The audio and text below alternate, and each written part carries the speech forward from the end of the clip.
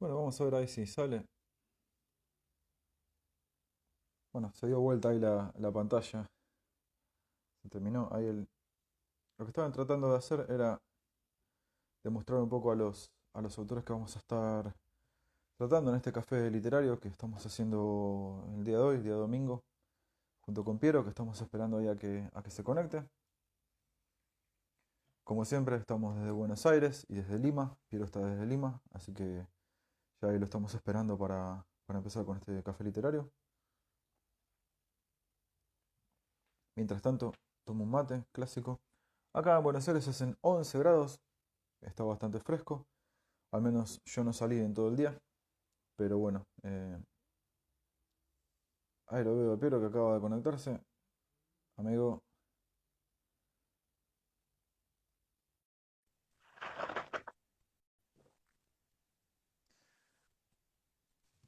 estamos ahí esperando a que Piero esté del otro lado. Amigazo, Hola, Pablux. ¿cómo estás, amigo? Qué lindo verte. Con mucho frío, igualmente. Lindo verte. ¿Cómo están allá? Bien, también justo estaba ahí, hoy durante todo el día no salí y estaba viendo ahí en la tele más o menos qué temperatura había y sí, hacen 11 grados, que es bastante fresco. Pero bueno, también es la época y es el momento, digamos, del frío en el año. Así que a los amantes del verano habrá que bancársela y a los amantes del frío a disfrutar. Por Pues aquí allá, por también Lima, ha estado ¿cómo haciendo mucho frío. está haciendo mucho frío por allá? Sí, hasta hace 2 noches fue la noche más fría de Lima con 14 grados, lo que puede parecer un poco, o sea, fresco, normal, pero acá hay mucha humedad porque estamos pegados Ah, al mar. claro, sí. ¿Ustedes están cerca al mar? No, nosotros estamos acá, la ciudad de Buenos Aires limita con el Río de la Plata. Entonces, tanto la costa del río del lado de Argentina, que es la ciudad de Buenos Aires, y la costa de Uruguay, se destaca por tener mucha humedad. Entonces, es una humedad permanente lo que hay acá en Buenos Aires. Entonces, eh, se siente de otra manera, ¿no? Por ahí gente que viene de otros lugares, que no conoce Buenos Aires, y viene a Buenos Aires, lo primero que siente es eso, ¿no? Que es una ciudad muy húmeda, que cuando hace calor hace mucho calor, y cuando hace frío hace mucho frío por eso mismo de la humedad, ¿no? Casi que estamos dando una Bueno, clase de geografía. sí, sí, comenzamos de frente con la geografía. Saludar a Ina Herrera Ina y Herrera, a Café. Ina Herrera es una amiga de la provincia de Córdoba, de acá de Argentina, así que un beso grande para ella y estoy muy contento de que esté acá en el Café Literario. Saludos, Ina, y bienvenida a este café literario que se lo estamos dedicando a dos escritores, pues, como tú has mencionado la geografía argentina y uruguaya, pues precisamente son uno argentino y otro uruguayo, ¿no? Juan Carlos Zanetti y... Rioplatenses, claro, rioplatenses. En general, como nosotros con la República Oriental del Uruguay compartíamos el Río de la Plata, la costa del Río de la Plata, generalmente hay muchos personajes, digamos, como Onetti, como Benedetti por ahí en menor medida, o como Galeano, como Eduardo Galeano, que han estado alternadamente en Uruguay y en Buenos Aires. Entonces, siempre se dice que esos autores, más que uruguayos o argentinos, son rioplatenses. Y todos un Ah, poco acá en Buenos Aires somos rioplatenses y los uruguayos también, porque compartimos el río. prefiero ese término antes de cualquier visión categórica, nacionalista, identitaria, pues, ¿no? Tal cual, tal cual. A mí también me gusta más esa denominación. Y bueno, Pablux, yendo al meollo del asunto, cuéntame, ¿por qué o cómo así llegó Juan Carlos Onetti a este café literario? Bueno, Juan Carlos Sonetti principalmente Hola, llegó Gallego. a... Ahí está Jorge, un abrazo grande para él, lo estábamos esperando. Un abrazo. Principalmente, bueno, con respecto a Juan Carlos Sonetti, a mí me pasó, llegó a mi vida en un momento donde tuve un periodo donde leí muchos autores latinoamericanos, como en el caso de Cortázar también, que fue, ahí lo leí primero, a Ernesto Sábato, bueno, aparte de la gente que fue miembro del, entre comillas, boom latinoamericano, que a ellos mucho no les gustaba tampoco ese término. Entonces, eh, llegó por recomendación una vez, recomendación propia, ¿no? Se estaba investigando, me llamó la atención un libro de él que es un volumen doble, que tiene dos novels, que son como dos novelas cortas, que eran El Pozo y Los Adioses. digo, bueno, a ver, me lo compré, me encantó, lo que principalmente me gustó de Onetti fue el lenguaje que tenía para narrar, porque él tiene una Una dicción narración. bastante compleja, ¿no? Bastante erudita también. Exactamente, sí, o sea, leerlo a Onetti es leerlo con todos los sentidos. A mí eso es lo que fue lo que me gustó, que no era de una lectura fácil. Era, o sea, era todo un ejercicio leerlo. Y eso fue algo que a mí particularmente me encantó. A partir de ese primer libro, después me empecé a comprar todos los libros y creo que hoy en día, junto con Roberto Arlt, que es otro de los autores que tratamos acá en el Café Literario, creo que son los dos únicos autores que leí absolutamente todos los libros. O sea, de Juan Carlos Onetti leí todo lo que había. Creo que lo único que me falta es un libro que es un poco apócrifo, que, que es como una recopilación de cartas que él se escribía junto a Julio Pairó, que es un pintor, era un pintor. Pero bueno, es como algo más íntimo que salió, no era algo literario de Juan Carlos Onetti. Pero lo que es la obra de Onetti, la obra narrativa, tanto cuentos como novelas, que es los géneros en donde él se desenvolvió, leí absolutamente todo. Así que bueno, podría O decir sea, que es te como trató mi. lo incorporarías en un canon propio, un canon personal. Y creo que sí, creo que no me gustan mucho esas cosas del podio, ¿viste? De hacer rankings, pero creo que es mi autor preferido. Creo que es el que más leí, el que más ¿No? investigué, es del que más aprendí, quizás, es el que más hasta el día de hoy me sigue fascinando. Así que bueno, por eso yo un poco también tenía la cuentita pendiente de tratarlo acá en el Café Literario.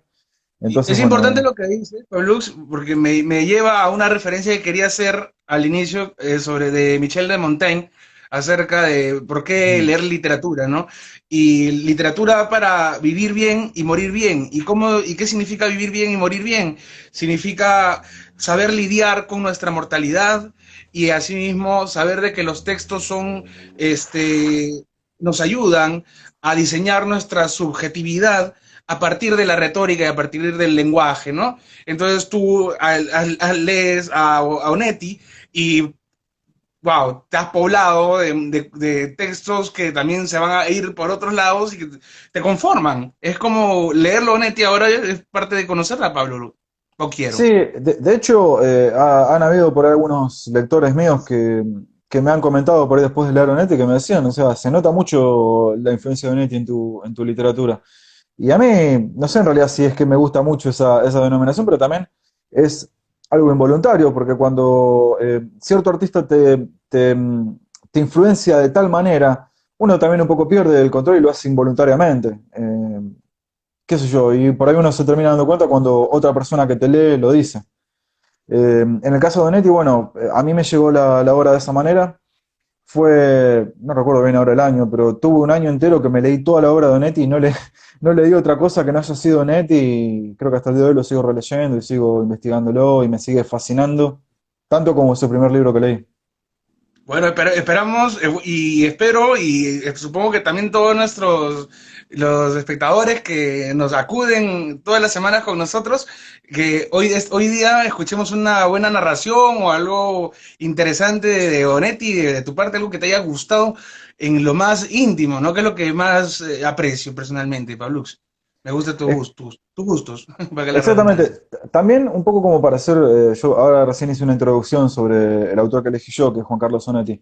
Me gustaría que vos también hagas una introducción sobre Julio Cortázar, que por qué lo llevamos, o sea, por qué llevaste a elegirlo y lo trajimos acá al Café Literario.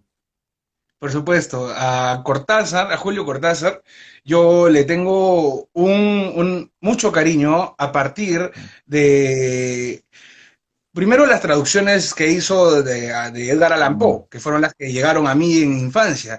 Y segundo, porque, bueno, trato de conectar un poco contigo, ya que para mí leer a Cortázar en mi adolescencia fue algo complicado. El lenguaje y el uso de los cronotopos para hacernos dudar, ya sea de la unidad tiempo y espacio, la noche boca arriba, ese es un claro ejemplo, o su cómo conecta con la gran tradición, de ahí hablaré un poquito de eso, este, pues lo volvía bastante complejo para entender. Y a Sí. medida que pasan los años, pues lo redescubro, voy releyendo como tiene que ser, me quedo enamorado de los personajes de Casa Tomada, de la maga en Rayuela. Todos nos eh, enamoramos de la maga, me parece. Todos estamos enamorados de la maga. Y pues quedo con un cuento que es el que más adelante, quizá en el segundo round, me toque narrar, que es Carta a una señorita de París, donde yo veo aún quizá la fuerza estética que hace a un Julio Cortázar introducirse desde dentro en cualquier enciclopedia literaria, por así llamarlo, debido a la originalidad, al dominio del lenguaje, al poder cognoscitivo, a muchas cosas, y sobre todo, y aquí termino, antes de ceder un poco la palabra, eh, esta relación kafkiana que hay en ese cuento específico Nunca lo con, había pensado, es con, verdad. con Sí, en Kafka la vanguardia se da con la intromisión pues esto extraordinario en el mundo burgués y en el cuento una carta a una señorita en París vamos a ver algo neofantástico.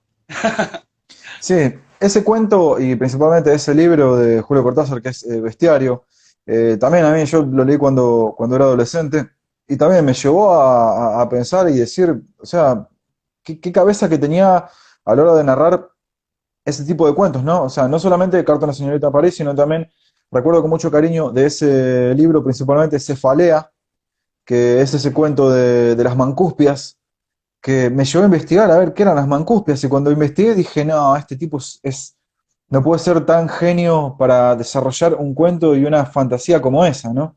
Bueno, me alegro mucho de que hayas elegido Carta de una señorita en París, más adelante lo vamos a analizar, que a mí me interesa mucho. Me contaste hace algunos cafés literarios de que él nació en Bruselas por accidente y justo encontré buscando algo de la biografía para hoy día un poco, como él también menciona que fue una especie de mezcla entre la diplomacia y la suerte que él naciera allá, pero que él se crió en Argentina como un Adán y ahí hay una pequeña crítica que él hace acerca de los lujos y privilegios que tuvo y quizás nos podrían llevarnos a ligarlo quizá con su orientación política hacia sus últimos años.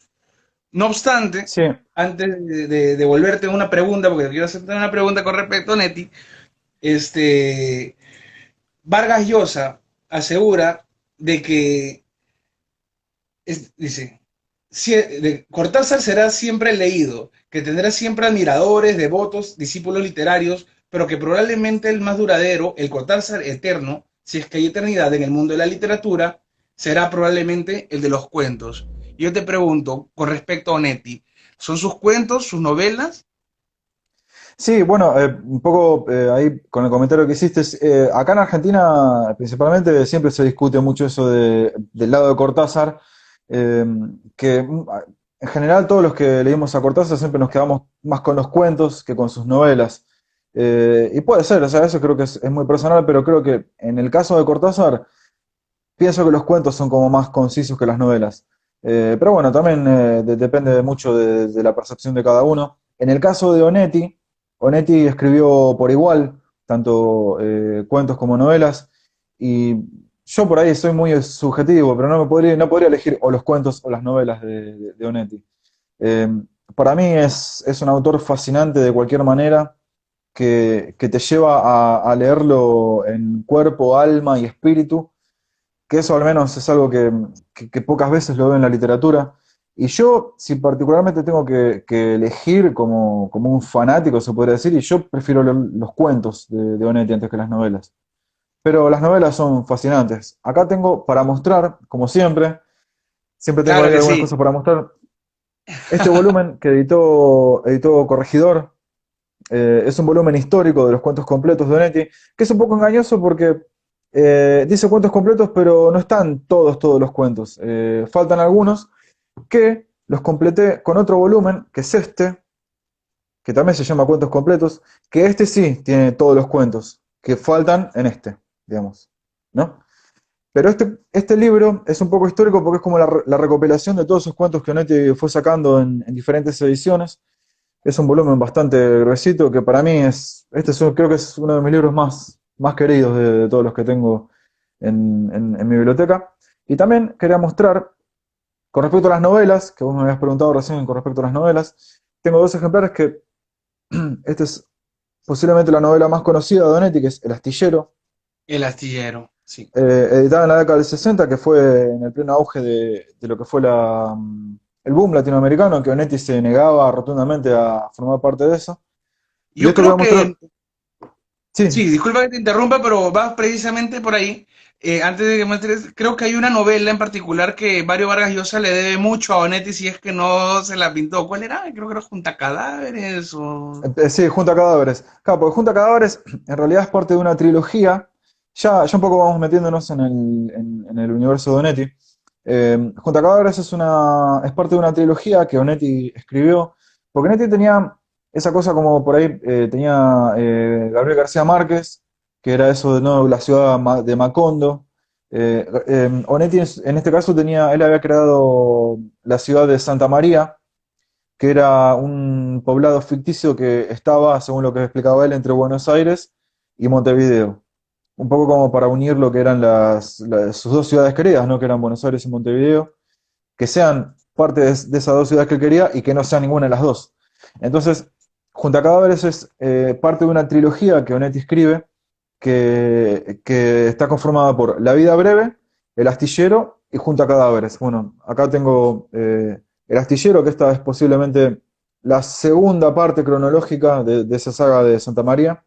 Acá tengo La vida breve, que para mí este libro, la verdad que este libro lo tengo en el podio. O sea, no, nunca, he leído un montón de libros, pero novela más perfecta que esto, la verdad que no, hasta ahora no, no logré encontrar.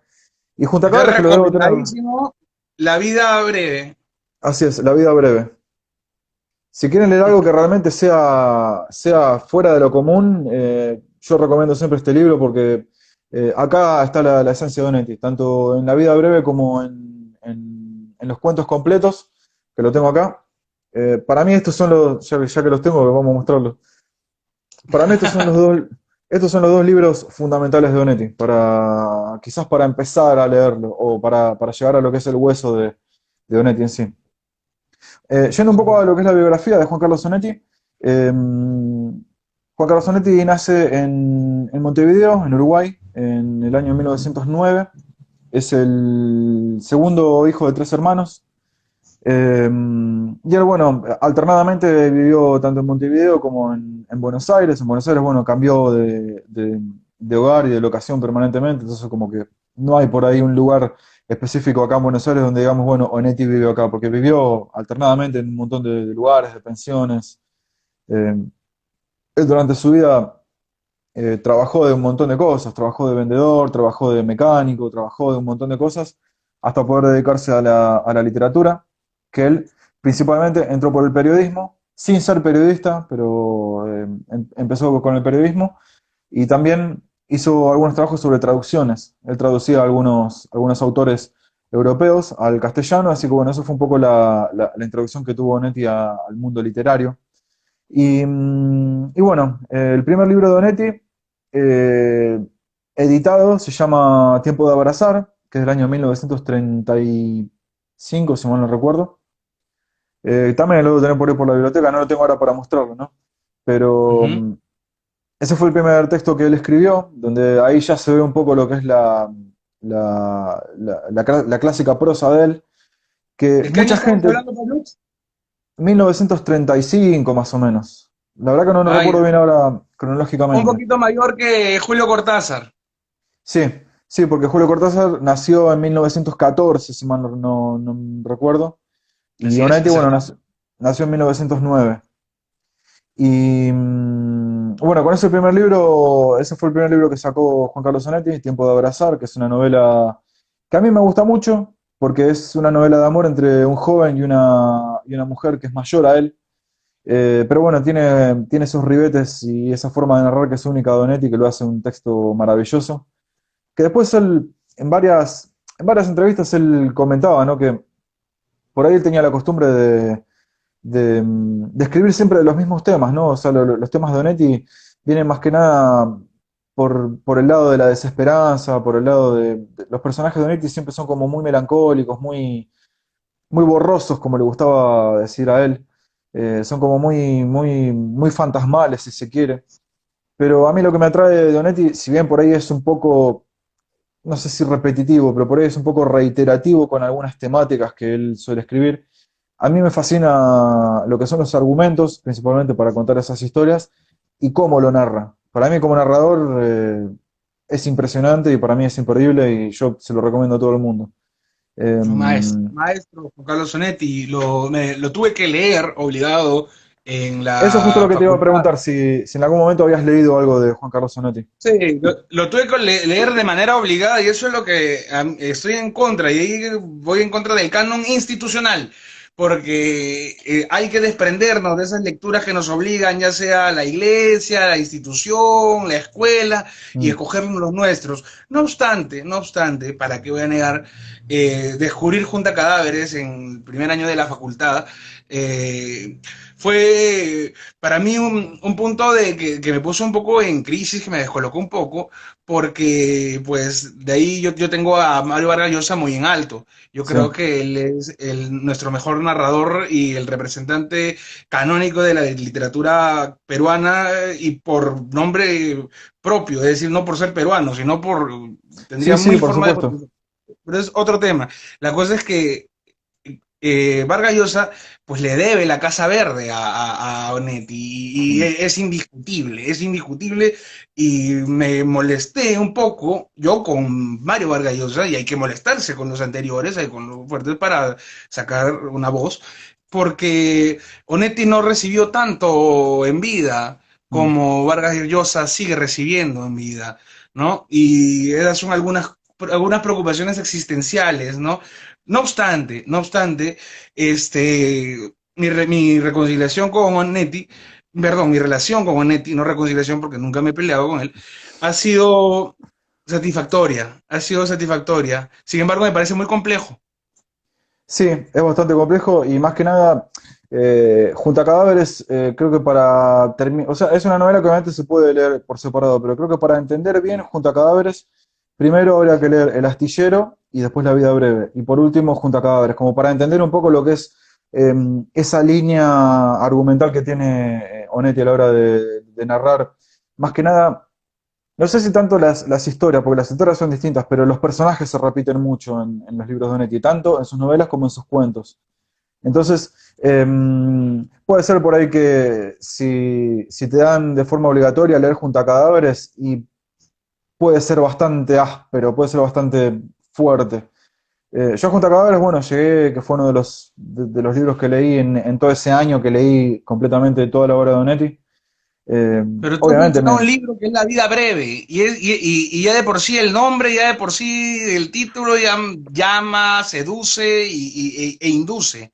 Y creo que por ahí es el camino, ¿no? La vida breve, yo siempre hablo, ¿no? Volviendo un poco a lo que fueron los cafés literarios que tuvimos anteriormente, donde lo tratamos a Juan Rulfo, que Juan Rulfo, yo por ahí hablaba un poco de que era uno de los creadores del realismo mágico que después que desarrolló principalmente Gabriel García Márquez. Pero me parece que en la vida breve, principalmente, creo que se da bastante eso del realismo mágico con respecto a lo narrativo más que nada, porque si bien es una novela que no es del género fantástico, eh, es tan cerebral, o sea, tiene tantos argumentos, tantas cosas internas de los personajes, que eso te lleva por momentos a no saber si realmente lo que están narrando es ficción o no ficción. Eso me parece que es lo realmente fascinante que tiene Juan Carlos Sonetti, y es por eso que yo también lo idolatro, ¿no? Y es verdad lo que vos decías con respecto a Mario Vargas Llosa, que Mario Vargas Llosa es un prócer viviente de la literatura, más allá de las polémicas permanentes que hay sobre él, ¿no? Para mí, hablando de literatura en sí, creo que Mario Vargas Llosa es un autor fundamental e indispensable dentro de la literatura latinoamericana, pero es verdad que tuvo más reconocimiento en vida y tiene más reconocimiento en vida que Juan Carlos Onetti, porque Onetti más que nada era un autor, en su momento era muy venerado, pero por todo el público más de culto que lo seguía a él. Nunca fue un autor bestseller, nunca fue un autor de las masas, nunca fue un autor que llegue tan fácil como Cortázar, por ejemplo, como Julio Cortázar. Eh, Creo que era un autor más de culto y creo que se lo empezó a venerar tiempo después de que falleció. De hecho, Onetti cuando falleció, la muerte de él fue en 1994 en Madrid, cuando él tuvo un exilio, porque él, durante la dictadura uruguaya, él estaba a cargo de un concurso literario donde se premió a un cuento que era de género erótico. Y tanto él era parte del jurado de ese certamen, y tanto él como los compañeros del jurado quedaron todos presos en Uruguay. Y Ah, Onetti en esos 2 meses que estuvo preso sufrió una depresión terrible, o sea, llegó a no comer, a no tomar agua, a nada, o sea, se enfermó mal. Y cuando él quedó liberado, esto en plena dictadura uruguaya, ¿no? Cuando él quedó liberado, decidió exiliarse en España, que en España pasó la última parte de su vida, ¿no? Y de hecho, bueno, cuando él falleció en el año 1994, en Uruguay no, o sea, no le importó prácticamente a nadie. O sea, de hecho en Uruguay no hay monumentos, no hay calles, no hay nada referente a Juan Carlos Onetti. Eh, suele suceder que no hay, que nadie es profeta en su tierra, ¿verdad? Exactamente. Y bueno, todos los autores del llamado boom latinoamericano lo veneran a Onetti. De hecho, no solamente Mario Vargas Llosa, sino el mismísimo Julio Cortázar, Augusto Roa en Paraguay. eh, Hay un montón de autores que lo veneran y que lo toman como un auténtico maestro a Onetti. Y creo que Bueno, también un como poco claro para... ejemplo, lo que dices con respecto a su encierro y posterior autoexilio, pues una razón más para no dejarnos llevar por políticas aparentemente morales de nuestro tiempo que nos lleven a excluir, marginar en ese tiempo cómo se censuraba los cuerpos, el erotismo, la libertad, supongo ese padecimiento de Onetti pues un padecimiento muy, muy a lo Dostoyevsky, ¿no? Y mira, no, solo he leído una novela de él junto a cadáveres y tú me cuentas de personajes que tienen una subjetividad pues un tanto melancólica y Sí. vale, y creo que por ahí podría haber alguna, ajá, suerte de chispas, ¿no? Yo creo que sí, creo que los personajes de Onetti en cierto punto son un poco un reflejo de lo que era él como hombre y no tanto como escritor. Hace un tiempo yo leí un libro que se llama Construcción de la Noche, de un autor que se llama Carlos María Domínguez, que es como una especie de biografía donde recopilan un montón de cosas de lo que fue la vida de Juan Carlos Onetti. Y al margen de todo, Onetti también es un personaje muy, muy, muy particular, porque es muy particular. Yo les recomiendo a todos que busquen las entrevistas que le hacían a él, especialmente la entrevista que le hicieron en el programa A Fondo, que ese es un ciclo que hubo en la televisión española en los años 70, donde se entrevistó a un montón de gente muy, muy, muy grosa. Eh, Ahí en ese programa se entrevistó a todos los autores latinoamericanos, a grandes autores españoles, y Onetti no fue la excepción. Él ahí también lo entrevistaron. Y yo siempre recomiendo que lo miren y que lo presten atención, porque Onetti como persona, como hombre en sí, era muy particular a la hora de hablar, a la hora de exponer lo que él pensaba sobre la vida en general, sobre la literatura en particular. Es muy fascinante. O sea, yo cuando llegué a Onetti fue primero por la literatura y después de escucharlo en algunos reportajes y verlo a él como era, me terminé haciendo amigo, porque o lo querés o lo, Uno se o hace lo amigo de odias. esos autores, uno se hace amigo de esos textos, ¿no? Eso es una particularidad, creo que, de nuestra existencia, ¿no? Nuestra relación con nuestros libros, nuestra suerte de arte de la memoria, ¿no? Que nos acompaña, ¿no? Exactamente, sí. Y bueno, un poco así fue como al menos yo llegué a la obra de Onetti, hablando un poco sobre la obra de Onetti. Él tiene varias novelas y tiene, bueno, estos libros de cuentos que estuve mostrando recién, que yo siempre recomiendo primero, si nadie conoce a Onetti, cómo llegar primero a la obra de Onetti es por los cuentos y después por las novelas, empezando por esta trilogía de Santa María, que es La vida breve, El astillero y Junta cadáveres. Creo que son como las tres novelas Paréntesis, que... paréntesis, paréntesis, porque Sí, quiero hacer lo mismo, pero con Benedetti. O sea, sé que no es en este caso, pero para Benedetti todo el mundo lo sienta como poeta y me gustaría hacer a quien que nos esté viendo el día de hoy en este café literario, así como a Juan Carlos Onetti hay que acercarse con los cuentos, también le solicito acercarse a Benedetti por sus cuentos, porque es un excelente prosista. sí, exactamente. Y coterráneo también, ¿no? Es... Mario Benedetti es rioplatense también, así que es un poquitín argentino. O sea, si bien él es uruguayo, obviamente, acá en Argentina a Benedetti se lo venera y todos lo queremos. Yo también a Mario Benedetti lo quiero un montón. Pero bueno, volviendo a Juan Carlos Onetti, yo siempre recomiendo eso, ¿no? De empezar primero por sus cuentos y después por esa trilogía de novelas. Y, y bueno, yo creo que si uno llega a tomarle realmente la mano a lo que es la prosa de Onetti y llega a entenderla y a disfrutarla, para mí es un camino de ida. Para mí es un narrador fundamental, indispensable y fascinante. Y bueno, no sé cómo estamos de tiempo, porque siempre que estamos... Ah, estamos bárbaros. Nos queda ¿Cuál media será el hora. cuento del día de hoy? Hay que saludar a Es verdad. Laus, que se ha unido, hola Laus, Hola a Lau, ¿cómo Gabriel estás? Crespo, a Lu Bauquiero, Lu, Alú, Lulú, un beso grande para ella. Así a es. Cristian, ajá, Cristian González también. Un abrazo grande para ellos. Con Lau, bueno, con Lau venimos charlando ya desde ayer, porque ayer hubo como una especie de reunión virtual en lo que es nuestro grupo, la Aquelarre de Letras, que el día de ayer fue la última edición de este ciclo que hacemos que se llamaba Reseñas en Casa.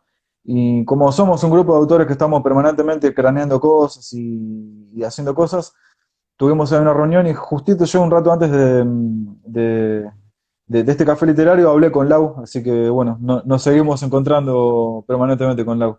no, Eh, y qué bacán, y qué bacán que sigan, pese a que se cierra el ciclo de la que la red de letras, que sigan en relación y haciendo literatura, porque es la única forma, creo, de ir yo pienso, ahí va un pensamiento particular, de quizá citando a Harold Bloom, la literatura no sirve para nada, pero sí sirve. ¿En qué? En medida en que al leer mucho y al leer a los autores que queremos, nos ayudamos a nosotros mismos a fortalecernos en nuestra subjetividad, en nuestra alma, si queremos pensar que sí existe, sin llegar a ser metafísicos, platónicos, ¿no? Y en ese sentido, seguir haciendo, construyendo literatura en medio de tiempos de pandemia, donde no podemos reunirnos en un café y enseñar y seguir conspirando por la literatura, pues creo que nos va a abrir bastantes caminos para explorar, ¿no? sí, ahora esta cita que hiciste sobre Harold Bloom me recuerda un poco a una autora de acá Argentina llamada Eve Uhart, que bueno, ya nos dejó hace unos años, pero ella también una vez se le había preguntado ¿para qué sirve la literatura? Y ella dijo, la literatura, al igual que el amor, no sirve para nada. Simplemente nos sirve para hacernos bien, pero como funcionalidad no sirve para nada. Nos apasiona, pero no sirve para nada. Pero creo que eso es lo más importante, ¿no? O sea, no tanto la funcionalidad de las cosas, sino el sentir. Y creo que la literatura, si la sentimos, bienvenísima. Así que le pegamos para adelante y seguimos adelante. No sé qué dice el agua ahí. Ahí está. Buenísimo. Claro que sí. Y apenas saquen un nuevo proyecto, ustedes saben que tienen todo el apoyo de Café de Lobos para realizarlo con ustedes, sin ustedes, apoyarlo de lejos, de cerca y con mucho amor siempre. Así es, nosotros bueno, les agradecemos tanto a Carlita como a vos por esta ayuda y por... Somos un poco ya como grupos hermanos, porque tanto Café de Sí, Lobos sí. como acá permanentemente estamos haciendo cosas. Ustedes también allá en Café de Lobos están permanentemente haciendo cosas y difundiendo y eso está buenísimo dentro de lo que es todo este periodo tan extraño que estamos pasando, ¿no? Así que chocamos los cinco ahí a la distancia y vamos a seguir ahí haciendo vamos a seguir haciendo Cuéntanos, las Pablo, nuestras. aquí toda la gente está interesada en saber qué narración o qué cuento o cómo nos vas a seducir literariamente esta tarde. Sí, bueno, con Dime. respecto a Juan Carlos Onetti, Onetti se destaca más que nada, es un narrador que es bastante abundante. Entonces, tanto sus novelas son muy largas todas, y sus cuentos también se destacan por ser cuentos bastante largos. Yo elegí en esta Todos ocasión, Unidos, Gallego Rebelde. Jorge, es verdad, sí, Jorge está ahí también del otro lado, él también es miembro de la Aquelarre de Letras, un amigazo que todos queremos. Eh, Les comentaba que algo que voy a leer de Juan Carlos Onetti es un cuento, ya que estamos lo muestro, de este volumen, que es otro de los tantos cuentos completos que hay sobre Juan Carlos Onetti. Voy a leer una narración bastante breve, que es inédita, o sea, no salió nunca en ningún libro, y se Ajá. destaca, Onetti, como comentaba recién, ¿no? Es un autor que es bastante abundante a la hora de escribir, y sus cuentos son bastante largos, pero en esta ocasión, eh, página 349, en esta ocasión, el cuento que voy a leer es más breve, pero es más contundente, Y tenemos porque tiempo, Pablo, si queremos escucharte. tres cua- Nos encanta cuando terminas los cuentos. Yo no terminé mi cuento el domingo de terror pasado y me siento arrepentido, no he podido dormir. No, y encima, todos los que te estábamos escuchando con tu cuento de terror, nos quedamos todos paralizados, nos quedamos todos electrizados. Yo me quedé como, no puede ser. Antes de leer el cuento, nos olvidamos de un detalle muy importante de este café Lima Buenos Aires. ¿Qué estamos tomando? ¿Qué estamos tomando? ¿Qué estás tomando? Ah, tú ya dijiste, estás tomando mate, Yo como estoy tomando siempre. mate con un poco de jengibre molido, como para darle un poco Ah, de sabor y calor para el frío. aquí en Perú le llamamos kion al jengibre. ¿Kion? Ajá, kion. Yo el día de hoy estoy tomando manzanilla.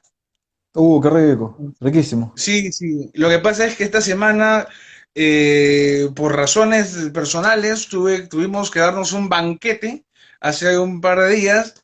Y bueno, yo que no le digo no a los vicios romanos, pues acudí y hasta el día de hoy estoy un poquito delicado. Y yo creo que a los vicios romanos creo que ninguno, nadie nos podemos contener, así que es complicado, te entiendo. Pero bueno, Gracias, está gracias. bueno porque la manzanilla es muy rica y es muy sana también, así que buenísimo. Bueno, les cuento, el relato que voy a leer es un relato dentro de todo breve, de lo que es la bibliografía de Juan Carlos Onetti. Lo vuelvo a mostrar, en este volumen, Cuentos completos de Juan Carlos Onetti. El cuento se llama El Cerdito, así que ya paso a narrarlo. La señora estaba siempre vestida de negro y arrastraba sonriente el reumatismo del dormitorio a la sala.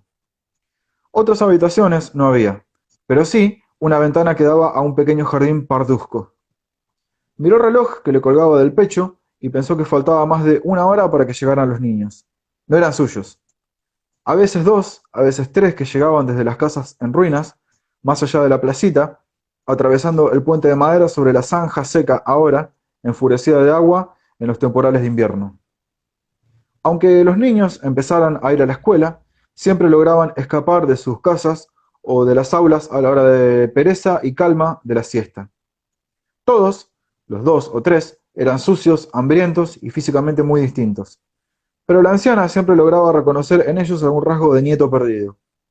A veces a Juan le correspondían los ojos o la franqueza de ojos y sonrisa. Otras, ella lo descubría en Emilio o Guido, pero no transcurría ninguna tarde sin haber producido algún gesto, algún ademán del nieto. Pasó sin prisa a la cocina para preparar los 3 tazones de café con leche y los panqueques que envolvía en dulce de membrillo. Aquella tarde los chicos no hicieron sonar la campanilla de la verja, sino que golpearon con los nudillos el cristal de la puerta de entrada. La anciana demoró en oírlos, pero los golpes continuaron insistentes, hicieron aumentar su fuerza. Por fin, porque había pasado a la sala para acomodar la mesa, la anciana percibió el ruido y divisó las 3 siluetas que habían trepado los escalones. Sentados alrededor de la mesa, con los carrillos hinchados por la dulzura de las golosinas, los niños repitieron las habituales tonterías. Se acusaban entre ellos de fracasos y traiciones. La anciana no los comprendía, pero los miraba comer con una sonrisa inmóvil. Para aquella tarde, después de observar mucho, para no equivocarse, decidió que Emilio estaba recordando al nieto mucho más que los otros dos, sobre todo con el movimiento de las manos. Mientras lavaba la loza en la cocina, oyó el coro de risas, las apagadas voces de secreteo y luego el silencio. Alguno caminó furtivo y ella no pudo oír el ruido sordo del hierro en la cabeza. Ya no oyó nada más. Bamboleó el cuerpo y luego quedó quieto en el suelo de la cocina. Revolviendo en todos los muebles del dormitorio, buscaron debajo del colchón. Se repartieron billetes y monedas y Juan le propuso a Emilio: «Dale otro golpe, por las dudas». Caminaron despacio bajo el sol y al llegar al tablón de la zanja cada uno regresó separado al barrio miserable.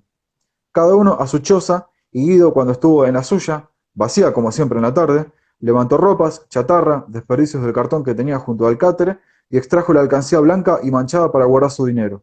Una alcancía de yeso en forma de cerdito con una ranura en el lomo. Esa es un poco la narración que quería compartir con ustedes. ¿Cómo? Es un poco un texto bastante distinto a lo que él suele escribir, porque es un lenguaje un poco más directo, él tiene un lenguaje que no es para nada directo. No, pero Y ¿cómo complejiza la realidad burguesa? Él sabe dónde está, su lugar de enunciación precisamente es esa, la burguesía, y ahí, a partir de ahí crea todo un clima, ¿no? Un clima borroso, como tú bien decías. exactamente, sí. Bueno, si bien la forma de narrar es un poco distinta a lo que él suele escribir, estas temáticas así, esa cuestión por ahí como muy rumbrosa, muy detenida en el tiempo, muy sepia que él suele tener a la hora de narrar, bueno, acá está también narrado en este cuento, ¿no? Onetti juega mucho con esos paisajes que son por ahí como más sepias, más detenidos, más melancólicos, hay una melancolía enorme en su narración. Bueno, por eso mismo yo quería compartir este cuento de este volumen que por ahí es un poco más difícil de conseguir, pero que, bueno, yo se los recomiendo a todos. Lo vuelvo a mostrar, si alguien quiere empezar a leer a Onetti, busquen los cuentos completos, que me parece que acá se van a encontrar con un libro absolutamente majestuoso. Así que, Juan bueno, un Carlos poco de eso, Onetti, eso era lo que yo quería compartir. Ahí lo sí, dejo. Lau dice que lo dejaste con el frío de clase. Sí, porque ahí se ven muchas cosas, o sea, en esa narración breve se ven muchas cosas, ¿no? Sobre lo que es la carencia de cosas, el impulso a hacer algo por necesidad. Hay muchas cosas para analizar en ese cuento. Pero bueno, Y la básicamente interpretación, eso era lo que yo la quería compartirte, interpretación Donati. no caería, no acaba nunca, ¿no? Y me llama la atención simplemente el cerdito, el título, que ya de por sí nos lleva a lo lúdico, pero no es nada lúdico. El cuento ya de por sí habla de una lucha y de hermanos, ¿no? O sea, y ahí hay que ver, hay que analizarse. Me ha gustado, te juro que a Onetti no lo he leído mucho, pues, como Mm. te digo, solo leí uno y fue por imposición institucional, Sí, a lo que me opongo, pero recomendadísimo y nada. sí, Este, al margen de los fanáticos que soy yo, se los recomiendo a todos porque es un autor fascinante que de movida por ahí no sea muy fácil la lectura, pero se van a encontrar con una prosa exquisita, retorcida, oscura y fascinante, así que yo se los recomiendo a todos. Bueno, de esta manera también haciendo un poco de alusión a lo que es el Río de la Plata, si te parece, quiero que nos cuentes un poco sobre el querido Julio.